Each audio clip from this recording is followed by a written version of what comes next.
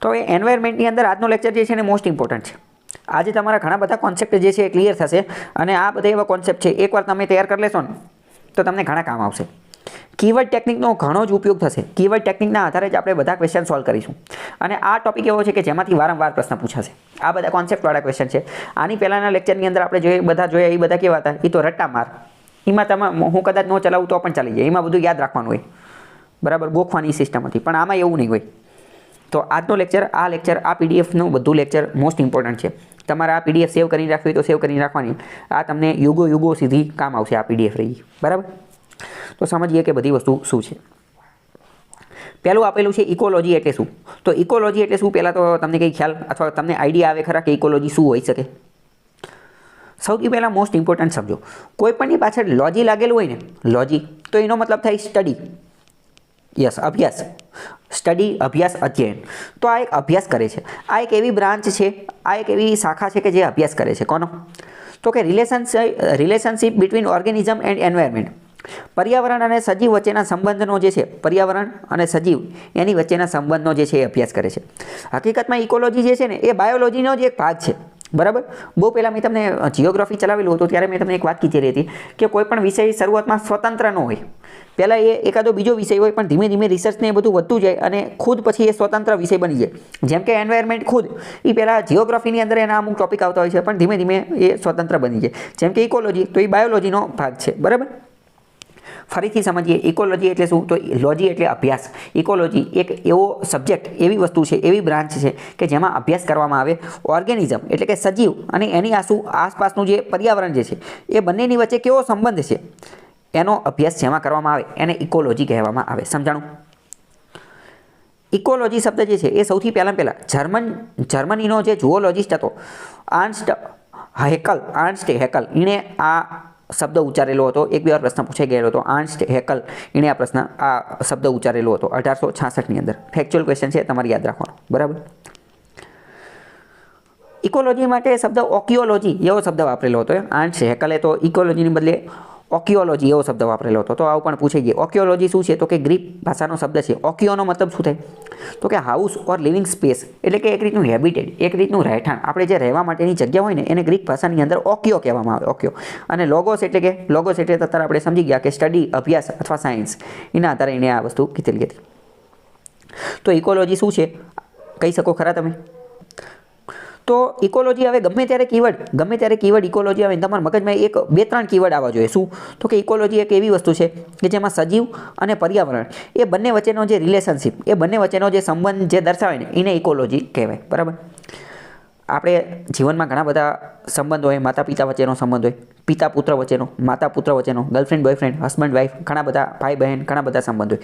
તો એવી જ રીતે પર્યાવરણ અને ઓર્ગેનિઝમ, સજીવ વચ્ચેનો જે સંબંધ જે છે એને ઇકોલોજી કહેવામાં આવે. ઇકોલોજી શબ્દ ગમે ત્યારે આવે, બરાબર. જો મેં કીધું ને કે આજનો લેક્ચર એ કોન્સેપ્ટવાળો છે. હવે અત્યારે મેં તમને ઇકોલોજી ચલાવી દીધું કે મેં તમને કહી દીધું ઇકોલોજી એટલે શું? તો કે ઓર્ગેનિઝમ એટલે કે સજીવ અને પર્યાવરણ એ બંને વચ્ચેનો રિલેશન, એ બંને વચ્ચેનો સંબંધ. હવે ભવિષ્યમાં ગમે ત્યારે ઇકોલોજી શબ્દ આવે તો હું એવી આશા રાખું કે તમને ખબર પડી ગઈ કે ઇકોલોજી એટલે શું. તમારા મગજમાં ઓટોમેટિક આ વ્યાખ્યાનું ચિત્ર જે છે એ તૈયાર થઈ જવું જોઈએ, બરાબર.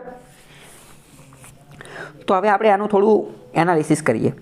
માની લો કે એક સિંહ, એક પર્યાવરણની અંદર સિંહ રહે છે. તો સિંહનો વૃક્ષ સાથે, બીજા અન્ય પ્રાણીઓ સાથે, પાણી સાથે, યાની જમીન સાથે, એ બધા સાથેનો જે સંબંધ જે છે એ બધાનો અભ્યાસ ઇકોલોજીમાં કરવામાં આવશે. સાચી વાત કે ખોટી વાત?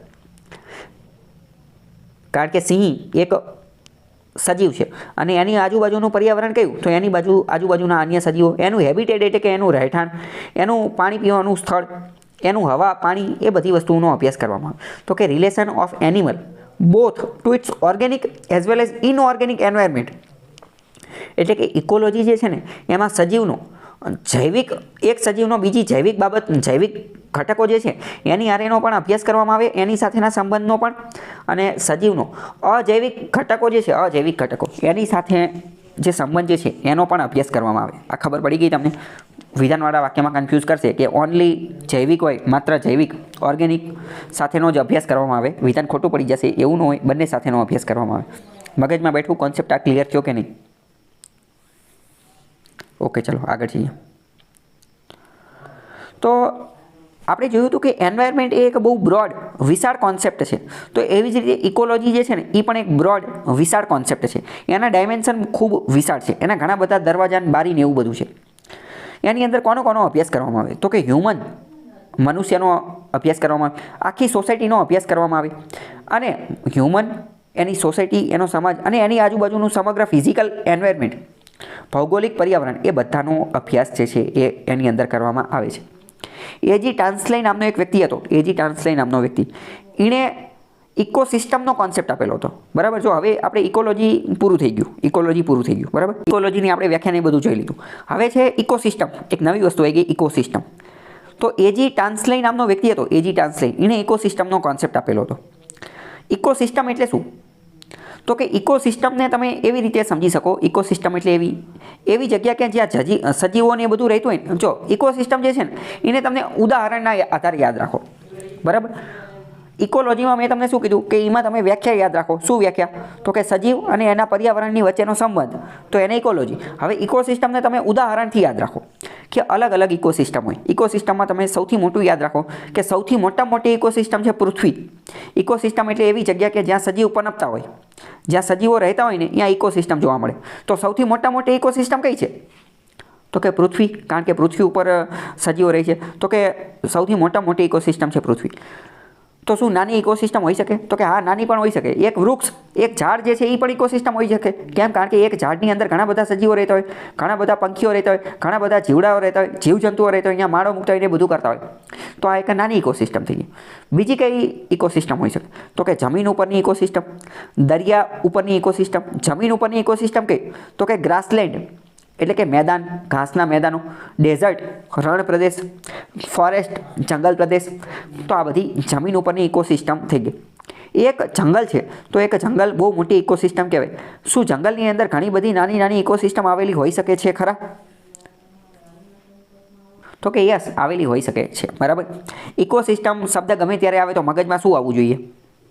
ઇકોસિસ્ટમ શબ્દ ગમે ત્યારે આવે તો એના ઉદાહરણ તમારા મગજમાં યાદ આવવા જોઈએ. ઇકોસિસ્ટમના શું ઉદાહરણ યાદ આવવા જોઈએ? કયા ઉદાહરણ? તો કે સૌથી મોટી ઇકોસિસ્ટમ છે પૃથ્વી. પછી નાની ઇકોસિસ્ટમ પણ હોઈ શકે, જેમ કે એક વૃક્ષ. સજીવો જે જગ્યાએ રહેતા હોય ને એ આખી સોસાયટી, એક રીતે ઇકોસિસ્ટમને આપણે એવું કહી શકીએ કે એક સોસાયટી ટાઈપની વસ્તુ. બરાબર. તો કે સૌથી મોટી ઇકોસિસ્ટમ તો છે પૃથ્વી. નાની કઈ હોઈ શકે? તો કે એક વૃક્ષ પણ હોઈ શકે. એક પોન્ડ એટલે કે એક તળાવની ઇકોસિસ્ટમ પણ હોઈ શકે છે.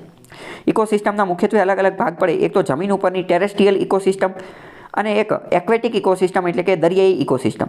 જે જમીનની ઇકોસિસ્ટમ જે છે એની અંદર કોણ આવે? તો કે ડેઝર્ટ, રણ પ્રદેશ, ફોરેસ્ટ, જંગલ, ગ્રાસલેન્ડ, ઘાસના મેદાનો, આવા અલગ અલગ આવતા હોય છે. બરાબર. અને દરિયાની અંદરની પણ આવતી હોય છે. ઓકે. તો ચલો હવે હું તમને એક ક્વેશ્ચન પૂછું કે ઇકોસિસ્ટમ જે રહ્યું, ઇકોસિસ્ટમ એ કોના દ્વારા બને? બાયોટિક દ્વારા કે એબાયોટિક દ્વારા કે બંનેને ભેગા કરીને? વિચારીને કહેવું તો રાઈટ. બરાબર. તો કે બાયોટિક અને એબાયોટિક બંને દ્વારા બનશે. તો અહીંયા જો એ જ વાત લખેલી છે કે બાયોટિક અને એબાયોટિક બંને ભેગા થઈ અને ઇકોસિસ્ટમ જે છે બનાવે છે. એકલા દ્વારા ઇકોસિસ્ટમ બની શકે નહીં. બરાબર. કારણ કે તો સજીવ જીવી શકે, જીવવા માટે બે વસ્તુ જરૂરી છે. ચલો હવે ઇકોસિસ્ટમ જે છે ને એ એક ઓપન સિસ્ટમ છે, એક ખુલ્લી સિસ્ટમ છે. તો કે હા, ખુલ્લી સિસ્ટમ જ છે. કારણ કે મેં શું કીધું? સૌથી મોટી ઇકોસિસ્ટમ પૃથ્વી. તો કે પૃથ્વી તો ખુલ્લી જ છે ને, જેને અહીં રહેવું એ રહી શકે. બરાબર. બીજું શું લખે છે કે એની સાઇઝ જે છે એ ડિફર હોઈ શકે છે. નાની મોટી એની સાઇઝ હોઈ શકે છે. વિધાનવાળા વાક્યમાં પૂછાઈ જશે કે ઇકોસિસ્ટમની સાઇઝ નાની મોટી હોઈ શકે છે, એની અંદર તફાવત હોઈ શકે છે. વિધાન સાચું પડશે ખોટું? બરાબર. હા, તો વિધાન સાચું પડશે. બરાબર. વિધાન સાચું પડશે. કારણ કે ઇકોસિસ્ટમ નાની એક ડોલ જેટલી પણ હોઈ શકે. તમે એવું વિચારો કે એક ડોલની અંદર તમે ચલો એકદમ નાનું ઉદાહરણ લઈએ. અત્યારે તમને ખ્યાલ હશે કે માછલી ઘર મળતા હોય છે. માછલી ઘર તો અત્યારે તો એક બાઉલવાળું માછલી ઘર આવતું હોય છે. બરાબર. એક બાઉલ એટલે કે એક વાટકો, એમાં પાણી નાખી દીધું, એમાં એક બે માછલી ફરતી હોય. તો એ એક આખી ઇકોસિસ્ટમ થઈ ગઈ કહેવાય કે નહીં?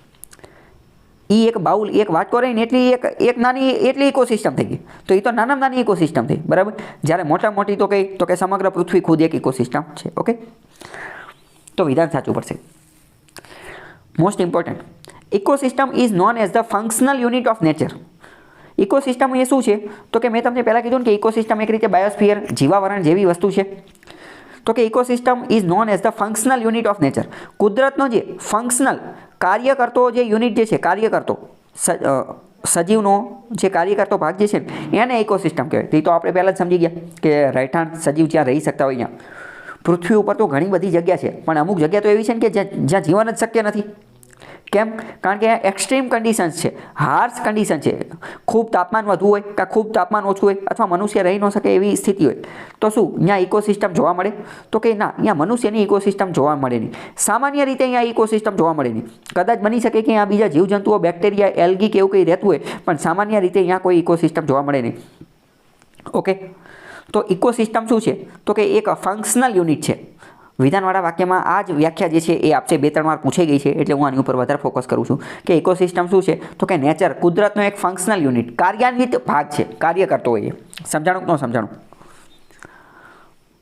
હા, તો ecosystem can be as small as water droplets, એટલે કે પાણીના એક બૂંદ જેટલી પણ ઇકોસિસ્ટમ નાની હોઈ શકે છે. અત્યારે જ આપણે જોઈ લીધું કે એક બાઉલ હોય તો એ પણ ઇકોસિસ્ટમ બની જાય, અને મોટી પણ હોઈ શકે છે, અને માઇક્રો ઇકોસિસ્ટમ હોઈ શકે, સમગ્ર દરિયા જેટલી ઇકોસિસ્ટમ પણ હોઈ શકે, અને સૌથી મોટી તો પૃથ્વી ખુદ એક ઇકોસિસ્ટમ છે.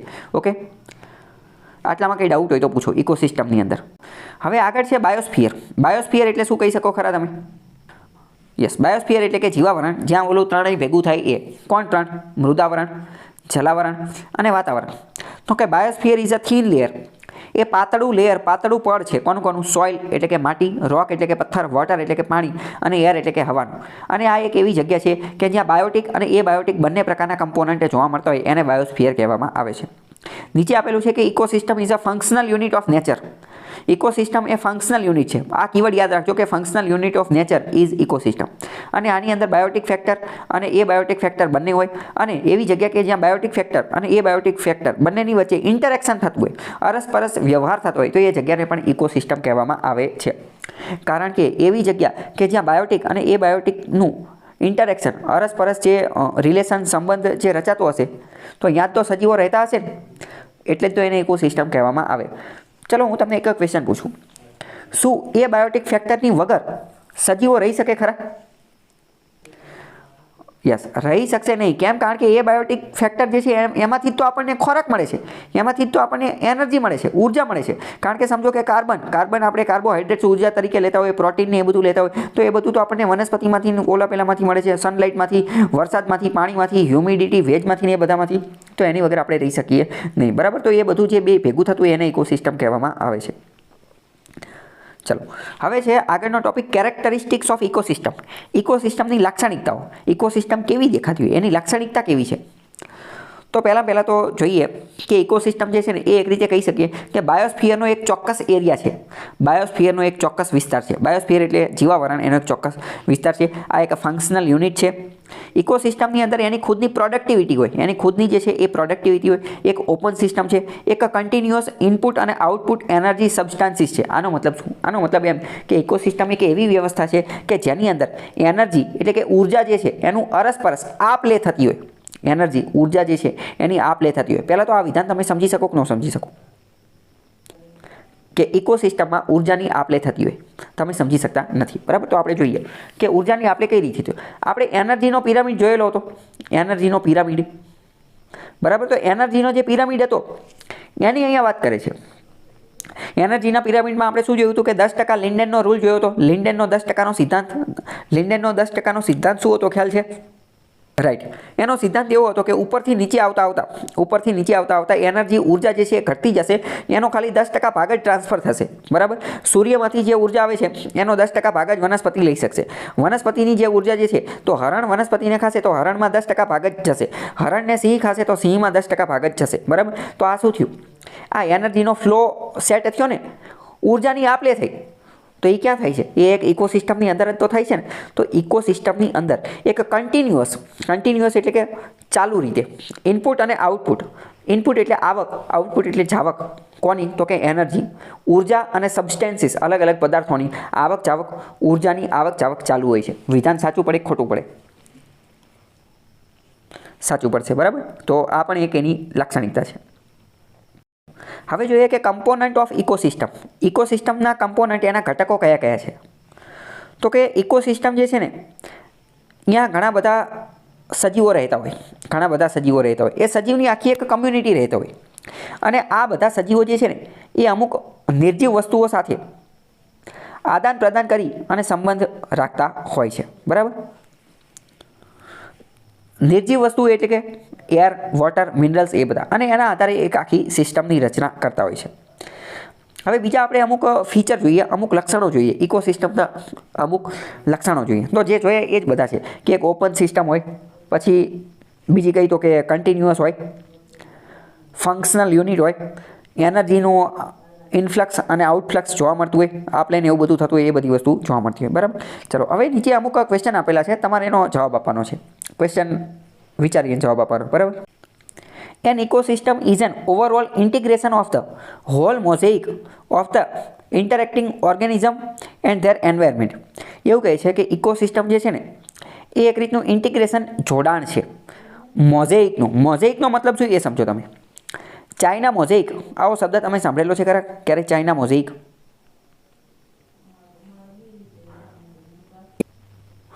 તો હવે આ જે બધા ફોટા છે ને, આ ફોટા એક રીતે મોઝેઇક છે. જેમ કે ચલો આ એક ફોટો તમે જોઈ શકો છો કે વૃક્ષ છે, એની ડાળી છે ને એવું બધું છે. તો પહેલાં તો તમે કહી શકો ખરા કે આ શેમાંથી બનેલું છે? આ પથ્થરમાંથી અથવા ટાઇલ્સમાંથી બનેલું છે, પથ્થર અથવા ટાઇલ્સ. પણ શું આ બધા એક જ પ્રકારના પથ્થર છે? આ આખું એક ચિત્ર છે કે અલગ અલગ ટુકડાને ભેગા કરીને બનાવેલું છે? આખું એક જ ચિત્ર છે કે અલગ અલગ ટુકડાને ભેગું કરીને બનાવેલું છે? કઈ રીતે બનાવેલું છે? બરાબર. આ આખી અલગ અલગ ટાઇલ્સ વાપરી અને બનાવેલું છે, અલગ અલગ ટુકડાઓને ભેગા કરી અને બનાવેલું છે. એક રીતે એવું કહી શકાય કે વેસ્ટમાંથી બેસ્ટ બનાવેલું છે. વેસ્ટ, અલગ અલગ ટુકડા હોય ને એ બધાને જોઈન્ટ કરી અને આખી વસ્તુ બનાવેલી છે. અલગ અલગ ટુકડાઓ હોય એને જોઈન્ટ કરી અને આખી વસ્તુ બનાવેલી છે. તો આવી ઘટના જે છે આને મોઝેઇક કહેવાય. આને શું કહેવાય? મોઝેઇક. ઘણી બધી વાર ધાબા ઉપર, ટેરેસ ઉપર આવી બધી વસ્તુ લગાવતા હોય કે ટાઇલ્સના અલગ અલગ ટુકડા જે છે ને એ પડ્યા હોય ને તો એને ધાબા ઉપર નાખી દે, જેના કારણે તડકો ને એ બધું ઓછું લાગે. આને મોઝેઇક કહેવાય. આ કોઈ નવી ઘટના નથી, બહુ જૂની ઘટના છે. તાજમહેલની અંદર પણ આવી મોઝેઇકની ઘટના જોવા મળે છે. વિધાનવાળા વાક્યમાં પૂછાઈ જશે કે તાજમહેલની અંદર મોઝેઇક માર્બલ જોવા મળે છે, તો કે હા જોવા મળે છે. આગળનો એક ફોટો છે કે જે ફૂલને એ બધું આપેલું છે, તો એ તાજમહેલનો જ ફોટો છે અને તાજમહેલની અંદર એ રીતનું મોઝેઇક આર્ટ આપવામાં આવેલું છે. વિધાનવાળા વાક્યમાં પૂછાઈ જશે તાજમહેલમાં મોઝેઇક આર્ટ જોવા મળે છે, વિધાન સાચું પડી જશે. અને આ જે છે આ બધા ફૂલ છે, ફૂલને આ હિસ્ટ્રીની એની ભાષાની અંદર, આ કલ્ચરની ભાષામાં કહેવાય ફ્લોરલ. તો પ્રશ્ન પૂછાઈ જશે કે તાજમહેલની અંદર ફ્લોરલ પેઇન્ટિંગની અંદર મોઝેઇક આર્ટ જોવા મળે છે, બરાબર. આ બધા કીવર્ડ આપણને ખબર ન પડતી હોય એટલે એવું લાગે કે શું હશે શું નહીં, બરાબર. તો એ વિધાન સાચું પડશે. ફરીથી વિધાન કહું કે તાજમહેલની અંદર ફ્લોરલ પેઇન્ટિંગની અંદર, ફ્લોરલ પેઇન્ટિંગ જે છે એની અંદર મોઝેઇક આર્ટ જોવા મળે છે. તો હવે પહેલાં મોઝેઇક શબ્દ ખબર પડી ગઈ કે બે અલગ અલગ ટુકડા, અલગ અલગ વસ્તુઓ હોય ને એ બધાને ભેગું કરવું, અલગ અલગ વસ્તુઓને ભેગી કરવી. સમજાણું ન સમજાણું? તો ઇકોસિસ્ટમ જે છે એ એક મોઝેઇક તરીકેનું કામ કરે છે. ચલો હવે પહેલાં તો ચલો એટલું વિચારીને કહો, શું ઇકોસિસ્ટમ એક મોઝેઇક તરીકેનું કામ કરે છે ખરા? મોઝેઇક તરીકેનું કામ કરી અને ઇન્ટિગ્રેશન કરે છે, બધાનું જોડાણ કરે છે. સાચી વાત કે ખોટી વાત? તો કે હા સાચી વાત છે. બધાને ભેગું કરે ને, સજીવો, નિર્જીવો, પર્યાવરણ બધાને ભેગું કરે છે. બાયોટિક, એ બાયોટિક બધાને ભેગું કરે છે. બાયોટિક, એ બાયોટિક બધું આપણે ભૂતકાળમાં શીખી ગયા છે. અને interacting organisms and there environment, organism અને એન્વાયરમેન્ટ એ બંનેને ભેગું કરે છે. તો એ વાત સાચી કે ખોટી? પહેલું વિધાન સાચું ખોટું? તો કે સાચું. ચલો બીજું વિધાન એવું કહે છે કે ઇકોસિસ્ટમ જે છે એ બેઝિક ફંક્શનલ યુનિટ છે. બેઝિક ફંક્શનલ યુનિટ છે. સાચી વાત કે ખોટી વાત? તો કે એ વાત પણ સાચી. ત્રીજું વિધાન એવું કહે છે કે ઇકોસિસ્ટમની અંદર બાયોટિક અને એ બાયોટિક બંને પ્રકારના કમ્પોનન્ટ આવેલા હોય છે જે એકબીજા સાથે ઇન્ટરેક્ટ કરે છે. સાચી વાત કે ખોટી વાત? તો કે રાઈટ, એ વાત પણ સાચી છે. આગળ it is a functional unit. Its functional unit is capable of energy transformation, circulation and accumulation. આની અંદર એનર્જીનું ટ્રાન્સફોર્મેશન થઈ જાય એટલે કે એક જગ્યાએથી એનર્જી બીજી જગ્યાએ થઈ શકે. એનર્જીનું સર્ક્યુલેશન, વર્તુળાકાર સ્વરૂપે એનર્જી આવી શકે અને એક્યુમ્યુલેશન એક જગ્યાએ એકઠા પણ થઈ શકે. તો કે ઇન શોર્ટ એનર્જીની આપ-લે થઈ શકે. સાચી વાત કે ખોટી વાત? ઇકોસિસ્ટમની અંદર એનર્જીની આપ-લે થાય ખરા? તો કે યસ થઈ શકે. એની અંદર આપણે એનર્જી પિરામિડ જોઈ ચૂક્યા છીએ, તો થઈ શકે. આગળ છે different types of ecosystem are present in different areas. અલગ અલગ વિસ્તારની અંદર અલગ અલગ પ્રકારની ઇકોસિસ્ટમ હોઈ શકે છે. સાચી વાત કે ખોટી વાત? તો કે હા સાચી વાત ને. આપણે જોઈ લીધી ને કે forest ecosystem, desert ecosystem, aquatic ecosystem, terrestrial ecosystem. અરે ઘરની અંદર ખાલી એક બાઉલ લઈ લો, બાઉલની અંદર પાણી નાખી દો ને એક બે માછલી નાખી દો તો અહીંયા એક નવી ઇકોસિસ્ટમ બની જાય. તો અલગ અલગ એરિયાની અંદર અલગ અલગ વિસ્તારની અંદર અલગ અલગ ઇકોસિસ્ટમ હોઈ શકે છે. ચલો હું તમને એક બીજી વાત કહું, જીવતા લોકોની પણ ઇકોસિસ્ટમ હોય અને મરેલા લોકોની પણ ઇકોસિસ્ટમ હોય. તમને એવું લાગે એવું કઈ રીતે? તો આપણે બહુ પહેલાં મેં તમને ચલાવેલું હતું કે જીવતા લોકો હોય તો એ તો આપણે ફૂડ ચેઇનને ફૂડ વેબને બધું સમજી ગયેલા હતા, પણ જેવું એનું મરણ થાય તો તરત જ તે નવા સજીવો આવી જાય. તો કે નવા સજીવો કયા? તો કે ડીકમ્પોઝર્સ, વિઘટકો, ઈયળ, પછી ગીધ, અજગર, આ બધા જે કોહવાવાનું ને એ બધું કામ કરે, અંદર બેક્ટેરિયા ને એ બધું આવી જાય, તો એ એક નવી ઇકોસિસ્ટમ. તો મરણ બાદ પણ નવા પ્રકારની ઇકોસિસ્ટમનું રચના રચાઈ જાય, જેને ડીકમ્પોઝર કહેવાય, કે જે વિઘટનનું ને એ બધાનું કામ કરે. તો અલગ અલગ એરિયામાં અલગ અલગ ઇકોસિસ્ટમ હોય. સાચી વાત છે. આગળ વાત કરીએ કે all components that take part in natural mutual interaction in the biosphere from an ecosystem, living organism from biosphere by different biological association.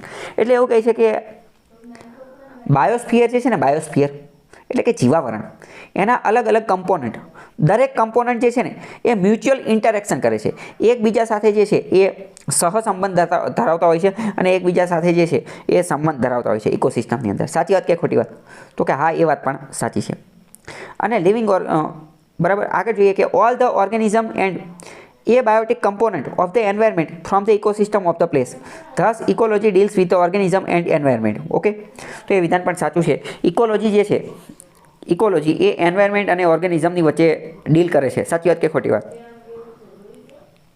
તો કે સાચી વાત, આપણે ઓલરેડી જોઈ લીધું. બરાબર. ચલો હવે આપણે જોઈએ કે ઇકોસિસ્ટમ જે છે એના કમ્પોનન્ટ, એના ઘટકો કયા કયા છે. તો નીચે બધા ઘટકો આપેલા છે. મોસ્ટ ઇમ્પોર્ટન્ટ, ઇકોસિસ્ટમના પહેલાં તો બે ઘટકો હોય, એક તો જૈવિક ઘટકો અને એક તો અજૈવિક ઘટકો. જૈવિક અને અજૈવિક. પહેલાં જોઈએ કે જૈવિક ઘટકો એટલે કે સજીવો, જેમાં જીવ હોય એ આપણે ઓલરેડી સમજી ગયા છે. તો ઉપરથી હું ચલાવી દઉં છું કે પહેલાં પ્રોડ્યુસર્સ. જૈવિક ઘટકોમાં કોણ આવે? તો કે પ્રોડ્યુસર્સ. પ્રોડ્યુસર્સ કોણ હોઈ શકે, ખબર છે ખરા? પ્રોડ્યુસર્સ એ જ વ્યક્તિ હોઈ શકે કે જે પોતાનો ખોરાક જાતે બનાવતા હોય, જે પોતાનો ખોરાક જાતે બનાવતા હોય, એટલે કે વનસ્પતિ, એટલે કે લીલ, ફોટોસિન્થેસિસ, પ્રકાશ સંશ્લેષણની પ્રક્રિયા કરી શકતા હોય એ રીતે, બીજા એક નહીં, તો એ પ્રોડ્યુસર્સ. એની પછી આવે કન્ઝ્યુમર્સ અને લાસ્ટમાં ડીકમ્પોઝર્સ. ડીકમ્પોઝર્સ એટલે વિજ્ઞાન કરવાવાળા, જે મરણ પછી જેમની સિસ્ટમ ચાલુ થઈ છે. આ બધા બાયોટિકની અંદર આવે. હવે એ બાયોટિકની અંદર કોણ આવે? તો કે અજૈવિક, કે જેમાં જીવ નથી. તો એના વળી ત્રણ ભાગ પડે. એક તો ફિઝિકલ એટલે કે ભૌતિક, ઇનઓર્ગેનિક એટલે કે અજૈવિક જ, એને પણ અજૈવિક જ કહેવાય, અને ઓર્ગેનિક એટલે કે જૈવિક. તો શું છે આ બધી વસ્તુ એ સમજીએ. તો કે સનલાઇટ, સૂર્યપ્રકાશ, ટેમ્પરેચર, તાપમાન, હ્યુમિડિટી, ભેજ, વાતાવરણનું દબાણ, ટોપોગ્રાફી એટલે કે ત્યાંની જે ભૂમિની રચના હોય એની હાઇટ, એનો ઢાળ, ઊંચાઈ, એર એટલે કે હવા, વોટર પાણી, સોઇલ એટલે કે જમીન, ભૂમિ, વાતાવરણના ગેસ, નાઇટ્રોજન ને એ બધા મિનરલ્સ એટલે કે ખનિજ, રોક્સ, ખડક, carbohydrate, protein, fat, humus, urea, આ બધા ઘટકો જે છે એ બાયોટિક હશે. ખ્યાલ આવ્યો કે ન આવ્યો? આટલું ખબર પડે કે ન પડે? બરાબર. હ્યુમસ એટલે શું એ પ્રશ્ન થતો હોય. બરાબર. તો જો હ્યુમસ નીચે આપેલું છે. હ્યુમસ એ જમીનમાં ઘેરો કાર્બનિક પદાર્થ છે. જમીનની અંદર જે કાર્બનવાળો જે પદાર્થ હોય ને, એક રીતે દલદલીય ભૂમિને હ્યુમસ કહેવાય. જો નીચે ફોટો આપેલો છે, કાળા કલરની માટી કે જેની અંદર અમુક સજીવોને એવું બધું રહેલું હોય, થોડી ઘણી વસ્તુ, અથવા અમુક પદાર્થો વિઘટન એવું બધું રહેલું હોય, એને હ્યુમસ કહેવાય. અથવા ઇન શોર્ટ એકદમ દેશી ભાષામાં કહીએ ને તો હ્યુમસ કોને કહેવાય? તો કે માની લો કે એક ઉંદર છે, એ ઉંદર મરી ગયો. હવે માની લો કે 5 વર્ષ સુધી એ મરી ન્યા પડ્યો રહ્યો. તો એના કોહવાવાથી, એના વિઘટનથી આખરે તો એ માટી જ બની જશે ને. તો એ જે એના કોહવાવાથી જે માટી બની ને, એ માટીને હ્યુમસ કહેવાય. કેમ? કારણ કે એની અંદર અમુક તત્વો હશે એટલે. બરાબર. સમજાણું કે ન સમજાણું? ઇન શોર્ટ, હ્યુમસ એટલે પોષક તત્વોવાળી માટી, અમુક પ્રકારના સ્પેશિયલ તત્વો ધરાવતી માટી. બરાબર. નીચે ફોટો ને બધું આપેલું છે. ચલો આગળ એક ક્વેશ્ચન આપેલો છે કે એક મર્યાદિત વિસ્તારમાં માત્ર એક જ પ્રકારની ઇકોસિસ્ટમ જોવા મળે છે. સાચી વાત કે ખોટી વાત? તો કે વિધાન ખોટું છે. શા માટે ખોટું છે વિચારીને કહી શકો? યસ, કારણ કે એક વિસ્તારની અંદર ઘણી બધી ઇકોસિસ્ટમ હોઈ શકે છે. ફોર એક્ઝામ્પલ સમજો કે એક પહાડ છે અને પહાડની બાજુમાં નદી ને એવું બધું છે, તો નદીની અલગ ઇકોસિસ્ટમ હોય, વિસ્તાર તો એક જ છે ને. બરાબર. અથવા તો આપણે ઇન શોર્ટ બધી વાત કરીએ, આપણે એ પણ જોઈ લીધું કે સમજો કે ફોરેસ્ટ, જંગલ છે, તો જંગલની ઇકોસિસ્ટમ. પણ એ જંગલની અંદર જેટલા પણ વૃક્ષ છે, તો વૃક્ષની ખુદની પણ એક ઇકોસિસ્ટમ હશે. તો એક મર્યાદિત વિસ્તારમાં એક કરતાં વધુ ઇકોસિસ્ટમ હોઈ શકે છે. એને કંઈ લેવા દેવા નથી. બરાબર. આટલામાં ડાઉટ હોય તો પૂછો. આગળનો ટોપિક છે કમ્પોનન્ટ્સ ઓફ ઇકોલોજી. ઇકોલોજીના કમ્પોનન્ટ એટલે કે ઘટકો. પહેલાં તમે મને કહી શકો કે ઇકોલોજી એટલે શું? ઇકોસિસ્ટમનું કીધું. ઇકોલોજી એટલે કે એક એવો અભ્યાસ છે, એક એવી શાખા છે કોની? તો કે સજીવ જે છે, સજીવ એ એની આસપાસના પર્યાવરણ સાથે કેવો સંબંધ દર્શાવે છે. સજીવ એની આસપાસના પર્યાવરણ સાથે કેવો સંબંધ દર્શાવે છે ને એને ઇકોલોજી કહેવાય. સિંહનું ઉદાહરણ મેં તમને આપ્યું કે સિંહ જે છે એ પાણી પીવે છે, એ વાતાવરણમાં રહે છે, ઝાડ નીચે રહે છે, હરણનો શિકાર કરે છે, એ હવામાં રહે છે. તો આ આખું જે પર્યાવરણ હારે જે અરસપરસનો વ્યવહાર કરે એને ઇકોલોજી કહેવાય. બરાબર. હવે સમજીએ કે બાયોટિક કમ્પોનન્ટમાં કોણ કોણ આવે? તો કે બાયોટિક કમ્પોનન્ટમાં પહેલાં તો આવે પ્રોડ્યુસર્સ એટલે કે ઉત્પાદન કરતા એ જ કે જે ફોટોસિન્થેસિસ કરી શકે એટલે કે પ્લાન્ટ આવી શકે. પછી આવે કન્ઝ્યુમર્સ કે જે ખાવાનું કામ કરતા હોય, તો એમાં એનિમલ અને હ્યુમન બંને આવી જાય. પછી આવે ડીકમ્પોઝર્સ એટલે કે વિઘટન કરવાવાળા, તો વિઘટન કરવાવાળા બેક્ટેરિયા હોઈ શકે, ફંગસ, ફૂગ હોઈ શકે, બેક્ટેરિયા હોઈ શકે, આવી બધી વસ્તુ હોઈ શકે. બરાબર. ચલો આગળ મોસ્ટ ઇમ્પોર્ટન્ટ ક્વેશ્ચન, શું ઇકોસિસ્ટમ માનવ નિર્મિત હોઈ શકે છે? સાચું ખોટું? એટલે શું હોઈ શકે? હા કે ના? શું ઇકોસિસ્ટમ માનવ નિર્મિત હોઈ શકે? તો કે હા હોઈ શકે. કઈ રીતે? રાઈટ, આપણે એક બાઉલ લઈ લીધો, એની અંદર પાણી નાખીને માછલી નાખી દીધી, અહીંયા એક ઇકોસિસ્ટમ બની ગઈ. બરાબર. આપણે ઘરે તળાવ બનાવી દીધો, આપણે ગાર્ડન બનાવી દીધો, આપણે બગીચો બનાવી દીધો, તો એ માનવ નિર્મિત થઈ ગઈ. અરે બધું છોડો, આપણે ખેતી કરીએ છીએ, ખેતરની અંદર કંઈક વાવી દીધું, તો એ પણ આખી એક ઇકોસિસ્ટમ તૈયાર થઈ ગઈ ને. તો માનવ નિર્મિત હોઈ શકે છે, બની શકે છે. માનવ પણ ઇકોસિસ્ટમ બનાવી શકે છે. એન આર્ટિફિશિયલ ઇકોસિસ્ટમ, એની અંદર ઇકોસિસ્ટમની બધી વસ્તુ હોય, પણ એ શું હોય? તો કે કંટ્રોલ્ડ બાય હ્યુમન, માનવ દ્વારા એ નિર્મિત હોય. ઓર્કેડ્સ, ફાર્મલેન્ડ એટલે કે ખેતર, ગાર્ડન, બગીચાઓ, મનુષ્ય દ્વારા નિર્મિત રિઝર્વેયર્સ, આપણે ડેમને એ બધું બનાવતા હોઈએ છીએ. બરાબર. સરદાર સરોવર ડેમને, તો આ શું છે? આ એક રીતે હવે ડેમ બનાવી દીધો, તો એની અંદર રીતે માછલીને અંદર સમુદ્રી જીવોને એ બધું જોવા મળશે જ છે ને. તો આ કૃત્રિમ ઇકોસિસ્ટમ પણ બનાવી શકાય છે. ચલો એક બીજો મોસ્ટ ઇમ્પોર્ટન્ટ ક્વેશ્ચન, સૌથી મોટી ઇકોસિસ્ટમ કઈ છે? કહી શકો ખરા તમે? સૌથી મોટી ઇકોસિસ્ટમ છે પૃથ્વી. સૌથી મોટી પૃથ્વી છે. ચલો હવે ઇકોસિસ્ટમના અલગ અલગ કેટેગરી ભાગ આપેલા છે. તો કે એક તો એક્વેટિક ઇકોસિસ્ટમ એટલે કે દરિયાઈ ઇકોસિસ્ટમ, અને ટેરેસ્ટ્રીયલ એટલે કે જમીનવાળી ઇકોસિસ્ટમ. જમીનવાળી જે છે એની અંદર ગ્રાસલેન્ડ, ઘાસના મેદાનો, ફોરેસ્ટ, જંગલ, ડેઝર્ટ ને એવું બધું આવે. જ્યારે એક્વાટિક પાણીવાળીની અંદર લેક, તળાવ આવી જાય, રિવર, નદી આવી જાય, ઓશિયન, સમુદ્ર આવી જાય, મહાસાગર આવી જાય, આ બધી વસ્તુ એની અંદર આવતી હોય છે. બરાબર. તો આ એના બે ભાગ પડ્યા, એક તો ટેરેસ્ટ્રીયલ અને એક્વાટિક. એના રીતે એના બીજી રીતે પણ ભાગ પડી શકે, નેચરલ અને મેનમેડ, કુદરતી અને માનવ નિર્મિત. તો કે માનવ નિર્મિતમાં એગ્રીકલ્ચર ને એ બધા આવે, અને કુદરતીની અંદર તો જે જોવા મળે છે એ જ તે. બરાબર. એક્વાટિક ઇકોસિસ્ટમ જે છે એની અંદર પણ પાછી બે ભાગ પડી શકે, મરીન અને ફ્રેશ વોટર. મરીન એટલે કે ખારા પાણીની ઇકોસિસ્ટમ, અને ફ્રેશ વોટર તાજા પાણીની ઇકોસિસ્ટમ. તો ઇન શોર્ટ આ બધું આપણે શું કહેવા માંગીએ છીએ એ ખબર પડે કે આ બધાનો નિષ્કર્ષ ખાલી એટલો જ છે કે ઇકોસિસ્ટમ એ બહુ મોટો ટોપિક છે, એ બહુ બ્રોડ વિચારસરણી ધરાવે છે. એમાં અલગ અલગ ઘણા બધા ક્વેશ્ચન પૂછે, તો મોટે ભાગે જે વિધાન પૂછે એ સાચું હોવાની શક્યતા વધુ રહેલી છે. વિધાનને ધ્યાનપૂર્વક જોવાનું, તો કે સાચું હોવાની શક્યતા વધુ હોય. બરાબર. કેમ? કારણ કે આનો ડોમેઇન, આનો એરિયા બહુ વિશાળ છે. બરાબર. વાત કરીએ મરીન ઇકોસિસ્ટમ જે છે એ સમગ્ર પૃથ્વીનો 70% વિસ્તાર કવર કરે છે, અને પૃથ્વીનું પાણી જે છે, પૃથ્વીનું પાણી એ 97% છે, એટલે 70% વિસ્તારની અંદર આ મરીન ઇકોસિસ્ટમ આવેલી છે.